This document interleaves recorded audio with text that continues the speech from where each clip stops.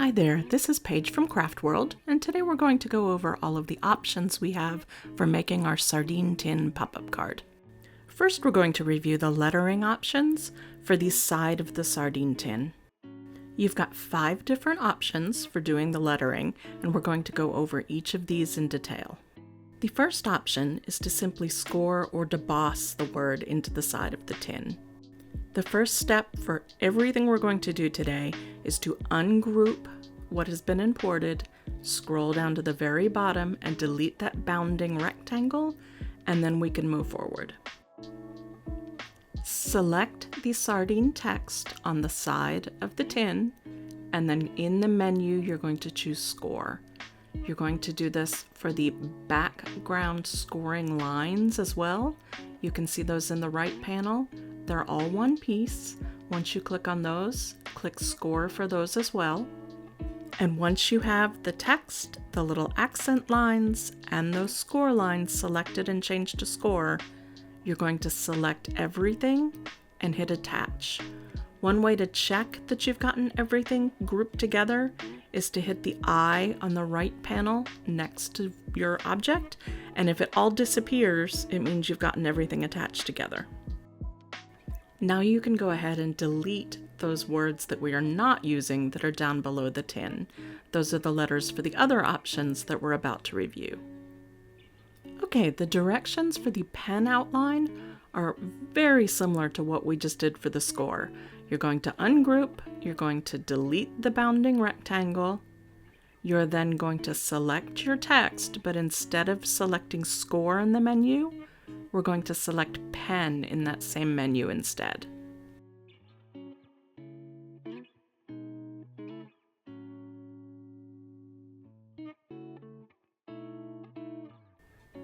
Choose your colors. In that menu, you can make the words and the short accent lines the same color, or you could use 2 different colors. And then you're going to select the score lines to fold the box and set those to score. Once you've made those changes, you're going to select all, use your shift key, and you can select them in that right-hand menu, and then hit attach. And again, a simple way to check that you've gotten everything is to hit that eye in the right-hand menu and see that everything disappears when you've done so. Like our last step, you can now delete all those words below that we're not using. Now let's talk about the pen fill option. The pen fill is a lot of small diagonal lines that are very close together that will give your letters the impression of being filled in by the Cricut. It's a great idea to test this on a scrap piece of paper. Some pens will work better than others, especially on different cardstock types. Go ahead and delete the text that is on our sardine tin. The text that we had been using to score, you won't need, so you can delete the letters on each side.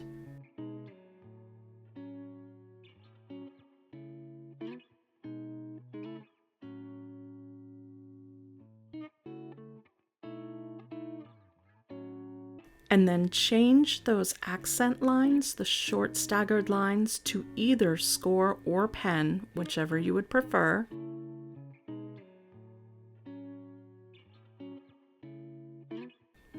And then select your pen fill text down below, change it to pen in the menu, change your pen color, and then we're going to drag those 2 words into place on the tin above, roughly where the score lines were before.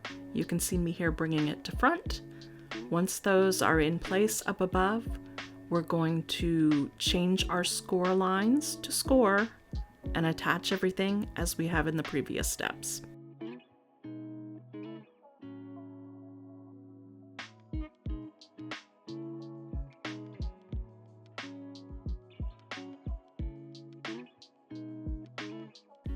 Once everything is attached, you can delete the words below that we're not using. And for our final options, you can use cardstock or vinyl, applying that to the side of the tin. To do so, go ahead and score the letters and accent lines into the side of the tin to give you something to line your individual letters up with when you're placing them later. I'm going to go ahead and delete these arrows that are in front just because they're easy to click on, but then you can see me selecting that text and selecting score, and then we're also going to change the score lines on that box to score and attach everything. Then go ahead and cut your letters out of whatever your preferred media is and delete the pieces that you aren't going to use. Now we're going to talk about our options for the label that goes on the top of the tin. You can see we've got 4 different options. We're about to go over each of them just like we did for the side labels. The simplest option is to do a simple pen outline.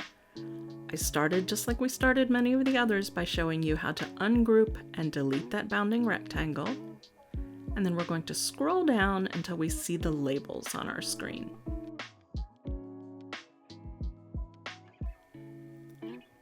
In the pen outline section on the left, select the letters, change it to pen and change your pen color, and then attach it to the yellow background. You can then go ahead and delete the other options that you are not going to use.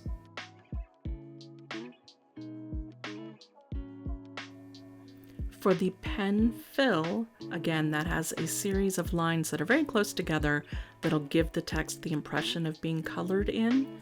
We're going to go to the pen fill on our screen, change it to pen, change the color, and then once you have the letters changed, hold your shift key and select both the letters and the yellow background and attach.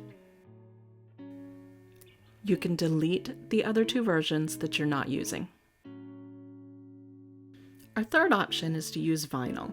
I used vinyl in 2 pieces. One is a bigger offset, one is the smaller center part of the letters. You're just going to delete the parts you are not using, the letters you are not using from the other options, and when you cut it, your vinyl will then be cut where you can layer it onto the yellow piece. You do not have to attach anything when you're making this version.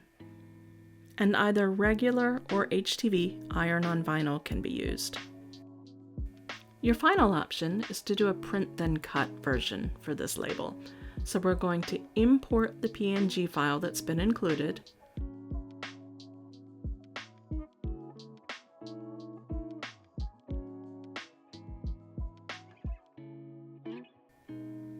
Once it is imported, we're going to resize it to the dimensions shown on screen.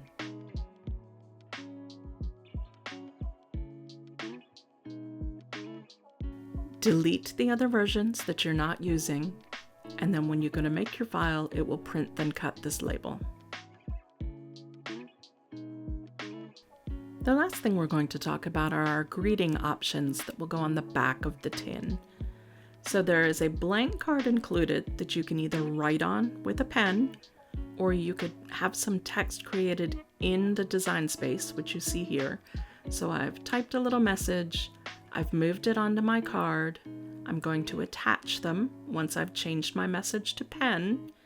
You can see me here rearranging the frame a little bit. The frame is just a separate piece of cardstock that'll be cut out, but as I set them together here, you can begin to see what they're going to look like on your piece. Your third option is going to be another print then cut option.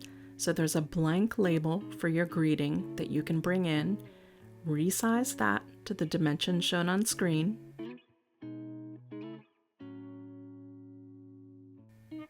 You can see it's the same size as the blank card that was already included.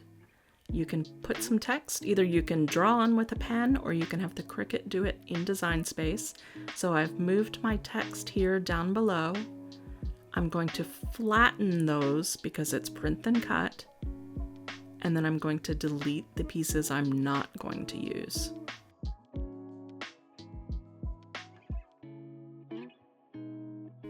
I almost forgot to include, you have one more choice to make. Instead of the messages that we've just been looking at, you can put a gift card envelope on the back of the card instead.